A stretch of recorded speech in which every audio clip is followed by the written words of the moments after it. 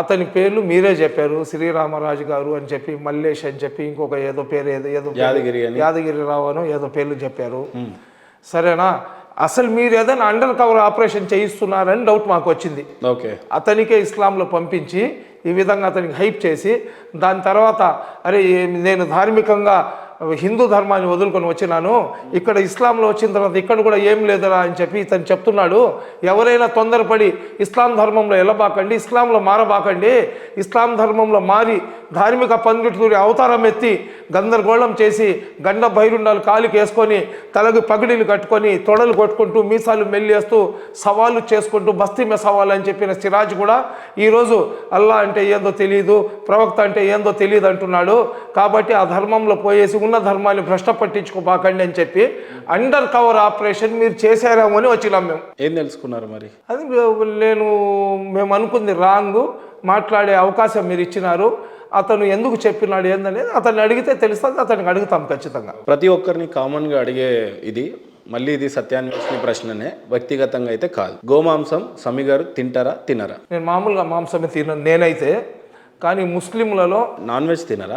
నా ఫ్రెండ్ ఒక అతను ఉండాడండి, బ్రాహ్మణ్ అతను, చాలా చాలా నా వీడియోస్ కూడా మీరు చూసి ఉంటారు. కరోనా లాక్డౌన్లో కూడా బ్రాహ్మిన్స్కు 350 మందికి 3,500 రూపాయల కిట్లు, 350 మందికి మొదటి కరోనా వచ్చినప్పుడు ఆ పేద బ్రాహ్మిన్స్ ఎవరైతే ఉంటారో వాళ్ళకి తీసుకొని పోయి ఇవ్వడం జరిగింది. ఎందుకంటే వాళ్ళు కూడా మనుషులే. Brahmins they are not going for begging. బ్రాహ్మణ వాళ్ళు ఎవరైతే బ్రాహ్మిన్స్ ఉంటారో వాళ్ళు యాచించడం మీరు ఎక్కడ చూసి ఉండరు. వాళ్ళు ఏదైనా కావాలంటే మీ ఇంటికి వచ్చి ఒక 2-3 అబద్ధాలైనా చెప్పేస్తారు.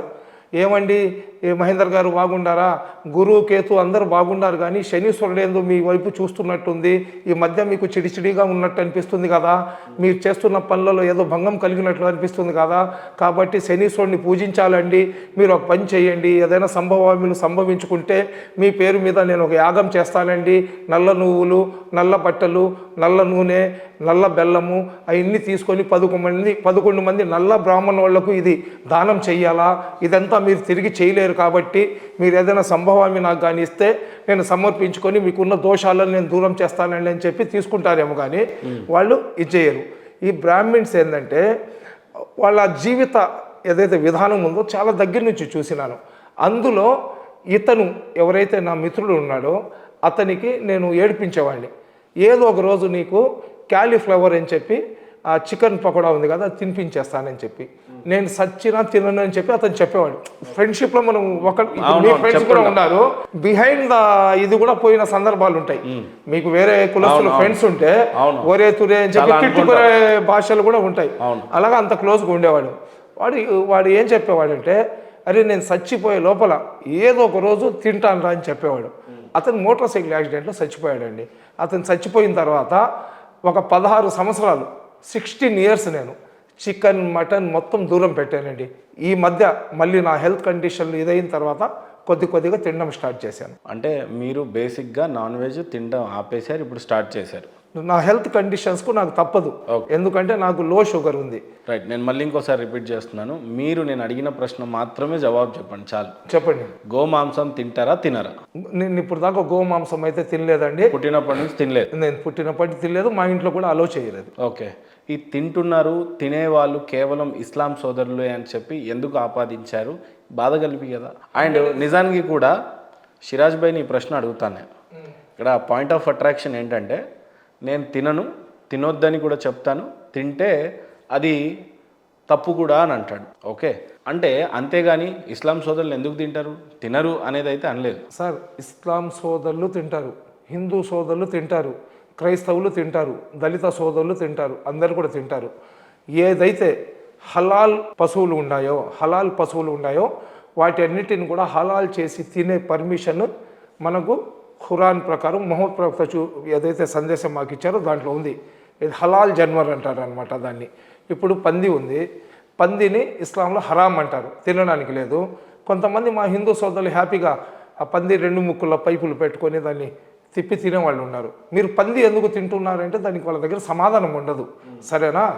ఏదైతే హలాల్ జన్వర్ ఉందో అది తినాలని చెప్పి. అయితే ఈ భారతదేశంలో ఉన్న సంస్కృతి హిందుత్వంతో ముడిపడి ఉంటుంది. ఇక్కడ ఏదైతే కల్చర్ ఉంటుంది, ఇప్పుడు మన పెళ్ళిలో మసీద్లో నికా చేసుకోవాలా, వలీమా చేసుకోవాలా, కానీ పెళ్ళిలో బ్యాండ్ మేళాలు, గుర్రాలు, నికేకి దావత్లు, మెహందీలు అవన్నీ మనకు ఇస్లాం ప్రకారం లేవు. కానీ ఏదైతే ఇక్కడ హిందూ సాంప్రదాయాలు మనం ఏదైతే సోదర భావంతో ఉన్నామో, కొన్ని మీ దగ్గర నుంచి మేము డబ్ చేసుకున్నాము, మా దగ్గర నుంచి మీరు డబ్ చేసుకున్నారు, అటువంటి సంస్కృతికి అటువంటి కల్చర్కి మేము అలవాటు పడి ఉన్నాం. సరేనా? హిందువుల మనోభావాలు దెబ్బతినకుండా, అదేవిధంగా మహమ్మద్ ప్రవక్త సల్లల్లాహు అలైహి వసల్లం గారు కూడా ఏం చెప్పారంటే, ఒక పని నువ్వు చేయడం వల్ల ఇతర మతస్థులకు ఇబ్బంది కానీ వస్తే ఆ పని నువ్వు చేయాల్సిన అవసరం లేదని మహమ్మద్ ప్రవక్త గారు చెప్పేసి ఉన్నారు. కాబట్టి మీరు హిందూ సోదరులు, అయ్యా మేము తల్లిలాగా భావిస్తాము, ఆ ఆవు బిడ్డలకు పాలు ఇస్తుంది, ఆవును మీరు ఎలాగా కోసుకొని తింటారని చెప్పినప్పుడు మీ మనోభావాలను అటువంటి పని మేము చేసినా కానీ అల్లా కూడా సంతోషించాడు. కాబట్టి మనం ప్రతి బక్రీద్ వచ్చినప్పుడు మన మిత్రులు అజియావుల్ హక్ కానీ, మౌలానా అజీజ్ అని ఒక అతను, ఆ షేరు కానీ, ఇమ్తియాజ్ కానీ, షావుల్ కానీ, మేమందరం కూడా హిందూ సోదరులు ఉంటారు కదా, ఘోర పరిరక్షణ వాళ్ళు ఉంటారు కదా, వాళ్ళని పెట్టుకొని ఒక వీడియో మేము రిలీజ్ చేస్తాము.